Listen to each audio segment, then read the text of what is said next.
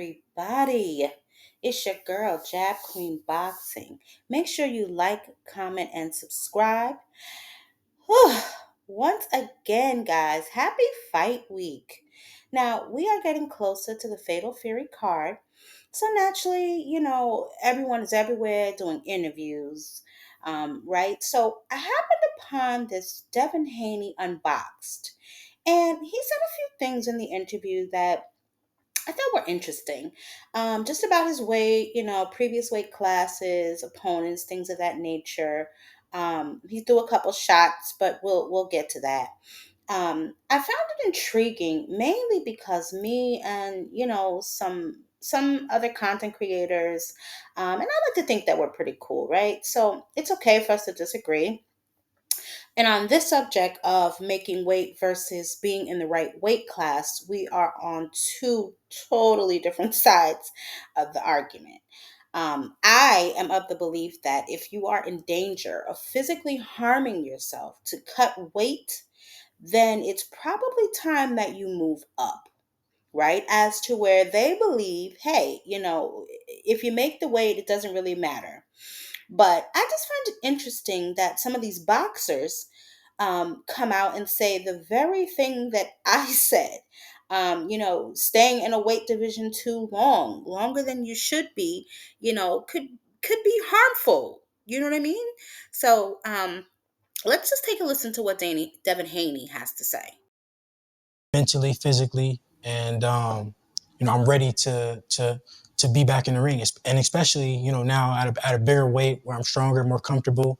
Everything is aligning for me. Yeah, I mean, obviously, you fought at 135 for a long time. You were undisputed champion. You beat Vasily Lomachenko.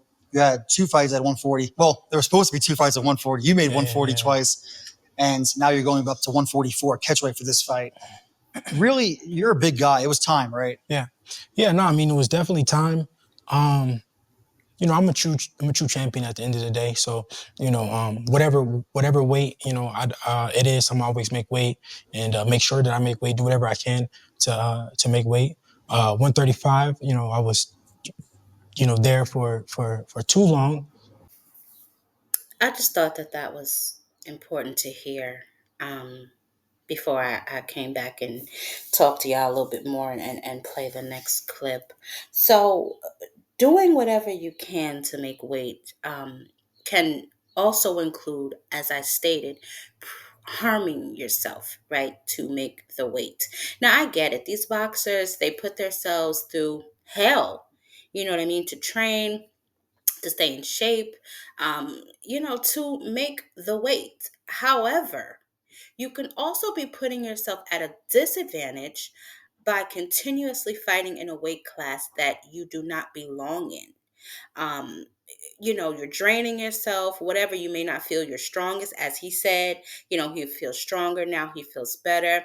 I also want to just touch on the fact that, moving up in weight, which is a good thing for him because hopefully he'll get closer to his natural body weight and won't have to do so much to cut weight. In this next clip, we're going to listen to him, I guess, describe his upcoming plans for, the fight with Jose Ramirez, and then his plan with Ryan Garcia. So I also found this a little interesting. Listen to this. Now I'm doing the catchweight, and now this is my first fight, towards the welterweight division, and the next one then it'll be at 147. Why not just do this fight at 47? What was the thinking behind the catchweight? Yeah, no, I mean, I wanted to work my way up to 147. So we started at 144. Get used to that, and then for the next fight with Ryan, we do 147.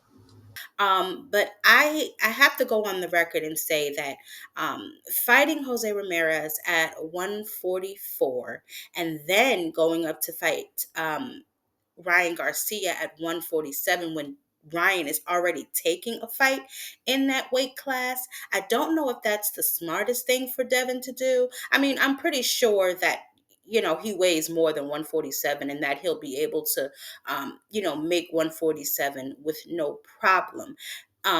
but I just mean getting fully acclimated to that particular weight class before he goes directly back into the rematch, in my opinion, would have been a smarter play. But let's listen to a little bit more and see what else Devin has to say. Jose Ramirez is a live dog. He's coming to win. So my main focus is him right now. And then after the fight, we could talk about Ryan's weight or whatever the fuck you might want to talk about. But right now, I know that Jose Ramirez is a true champion like me. He's made weight every single time. So that's all I can focus on. You're a major favorite in this fight, but you're right. Jose Ramirez is a quality fighter. He's only 32 years old. Yes, he's coming off a loss, but former unified champion, been in a lot of big fights, an Olympian. What do you like most about Jose Ramirez's game? I mean, at the end of the day, he's proven. He's proven. He's two division champion. And you don't just that don't just happen. You don't just luck up on that. So he's I think he's probably one of my toughest opponents, but outside of Loma.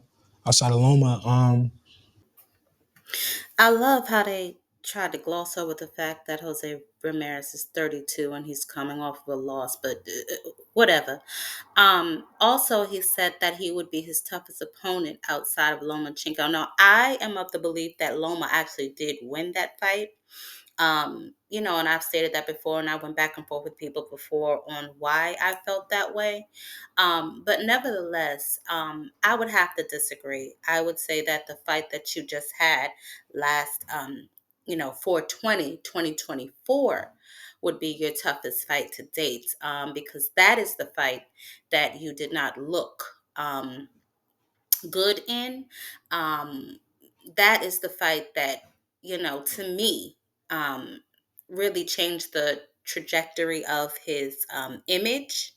So I have to say I disagree with Devin Haney on that particular point. But let's see what else he got going on. On May 2nd is to be focused on my fight, and then maybe May 3rd. Then we'll be watching how Tio did, how and Barbosa, how Rolly and Ryan did. Is there a possibility, though, that you go and watch the Ryan Garcia fight from the crowd? Possibly. That ain't my focus right now. My focus is, Jose Ramirez, and that's it. But somebody from my team will be watching for sure. Between Ryan Garcia and Teofimo Lopez, which one of those two do you think has a tougher fight on their hands? I don't rate Barbosa that much. I think that Jose wasn't really focused in that fight, so I think that's why Barbosa beat him. So I think people think that that's really the competitive fight, Tio and Barbosa, but I think Rolly and Ryan is more competitive fight because they're just, Rolly is a big puncher, and he's looking to go in there and try to knock Ryan out, and he can be dangerous. So I think that's a tougher fight. That would be bad for you if Rolly Romero did pull the upset off, no? Oh no, I mean, of course, because me and Ryan are scheduled to fight, but I can't focus on that right now. So first off, I wanted to say that I like how Devin isn't really letting the interviewer make it fully about Ryan. He keeps circling back to the opponent he has in front of him, which I definitely respect that. And I wish more of these boxers would do, focus on the food on your plate. However, he did make mention that somebody will be watching, to see how Ryan looks in his fight against Rolly. But did y'all pick up on when the guy said that would be bad for you? He was like, no. I mean, yeah, because I'm set to fight him again. I don't really think that Devin wants to fight Ryan again. And, I think that he secretly wants Rolly to beat Ryan, so he could possibly have an excuse to skate out of the rematch. And now he went on to say a few other things, that, his opponent is a mismatch, even though on paper he looks really good. He kind of threw a shot at Shakur with the whole Padley comment. Um, he made mention that earlier in his career he used to use snack. I'm not sure what that was all about. Um, However, he did mention it. I'm not sure if he's still with Victor Conti. He didn't really say. He went on to say a few things, about his future plans and his plans to, obviously become successful. He wants to fight the big names in the sport and then retire. He doesn't really know when he's going to retire, but he knows he wants the big names. I'm not sure why they continue to bring up Gervonta Tank Davis. You guys are literally like, what is it now? 2, 3 weight classes apart. I'm not really sure that's even a possibility anymore. Gervonta Tank Davis is not moving up to 144, 147, and you can't squeeze your ass back down to 135. Just stop it already. Let's talk about the guys in the weight class that you are going to be in, which is 147.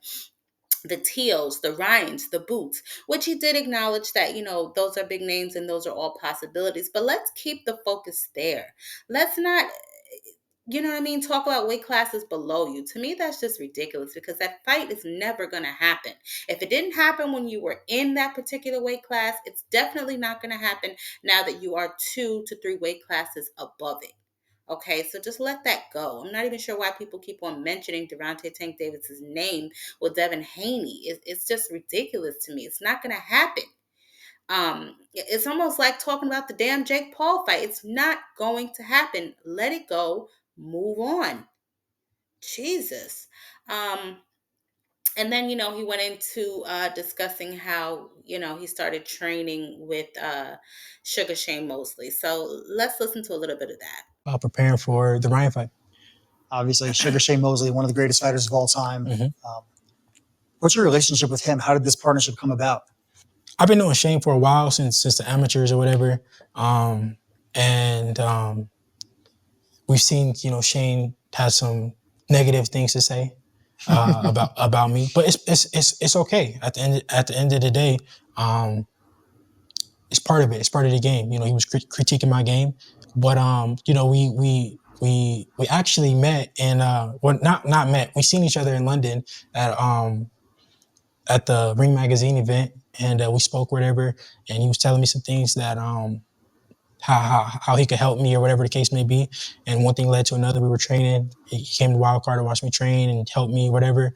And it's been a perfect fit for me. I've learned so much since training with him, and he's not here to change my style, but he's definitely elevated. He definitely taught me how to really punch. The proper mechanics of how to punch, and a lot of different tricks in the ring. And he's proven as well. So he's been there, he's done it. So I'm